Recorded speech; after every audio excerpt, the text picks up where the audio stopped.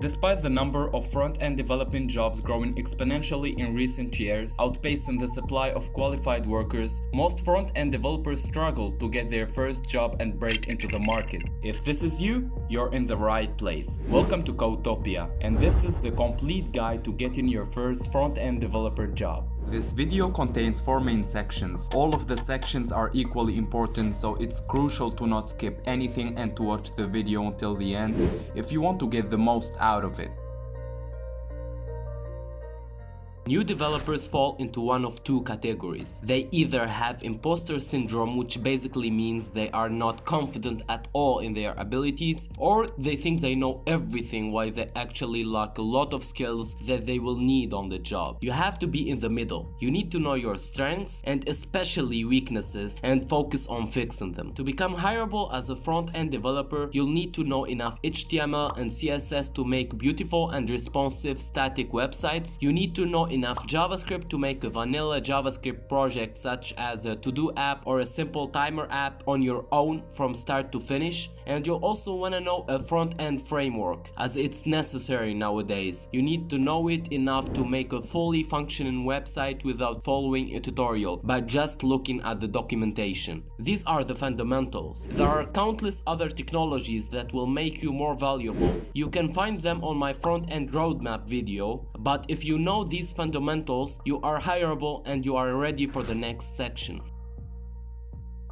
In the first section, we've seen the skills you'll need to become hireable. Now we will see how to showcase these skills to potential employers so they know that you actually know what you're doing. You can't just tell an employer that you know a skill. You'll need to show them. There are 3 main key components to building your online presence. The first one is a good portfolio. This is a front-end role, so you'll need to spend time making a portfolio website that will impress your employer. This will automatically make them think highly of you. The portfolio should have interesting projects showcasing your skills. You don't want to focus on the quantity, you need to focus on the quality. No beginner level projects. You can find project ideas online. Just search for front-end project ideas and you'll find a ton of great ones. Just pick one and start working on it. I also highly suggest you find some freelancing clients, even for free, that will help you build your portfolio. The second component to building your online presence is a professional GitHub account. Your GitHub account is very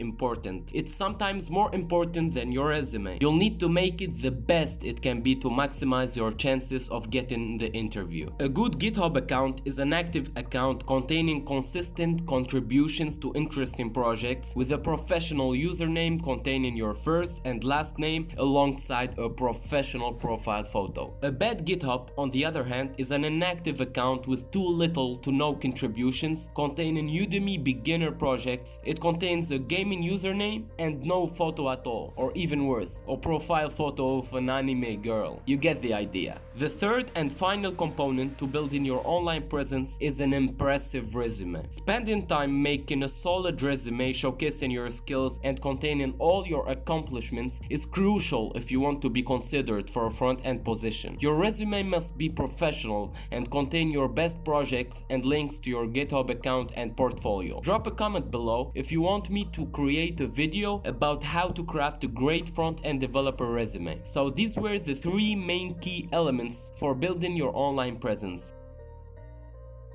At this point, you have the skills necessary and you've built your online presence. Now we can start looking for jobs. The best websites to find job postings are Indeed.com, AngelList, and LinkedIn. There are other websites, but these are the most popular and effective. I am going to be showing you how to look for jobs in the most effective way. It's the same process for all of the websites. So let's take Indeed.com as an example. Sign up, upload your resume, fill in your account information, then you're ready. You can search normally for a title and choose the location, and you'll find relevant jobs. But what I found works best is using the title keyword and using the exact phrase you want to look for. It will only show the jobs with the titles that include that exact phrase. Each job will have a job title and a description which will contain a summary of the company and the requirements. There is something really important that you need to know about the requirements. They are more of a wish list than a requirement. skills. Companies would love to find someone who knows all of the things they mention, but they know it's not realistic. So if you know most of the things mentioned, but you are not good at some other things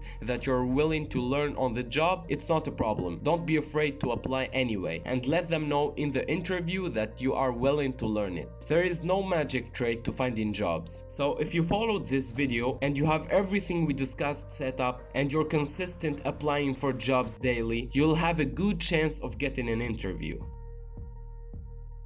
Congratulations, you've done everything right up to this point. You've gotten an interview or multiple interviews. Now this is the final step: how to pass the interview to land that dream job of yours. Most of the time, the first part of the interview will be spent talking about your resume. So the first tip is to be prepared to talk about it, especially your projects, the problems they are trying to solve, why you use certain technologies instead of others, etc. The interviewers usually also ask you about the company. So the second tip is to research the company. They will ask you, why do you want to work with us? What do you like about the company, etc. Researching the company will have positive effects on the interviewer's perception of you. The third tip is to prepare well for the technical questions and the coding challenges. This is really important. This is the step that will show them how competent you are. For example, if this is a React developer position, you'll need to prepare for all the common React questions. Some examples are: why do we use React? What's the difference between real DOM and virtual DOM? What's JSX? What are React hooks? Some companies will also make you solve an algorithm to test your problem-solving skills, especially FANG companies. Make sure to be prepared for these types of questions as well. The best websites you can use to practice are LeetCode and Code Wars. Start with the beginner level questions and make your way up to the more advanced ones. Non-verbal communication is also important, so make sure to dress up well, act and speak confidently. I know that we as developers are more of the introverted type, but soft skills such as communication are important. That's the end of today's video. Like and subscribe for more content. Good luck everyone.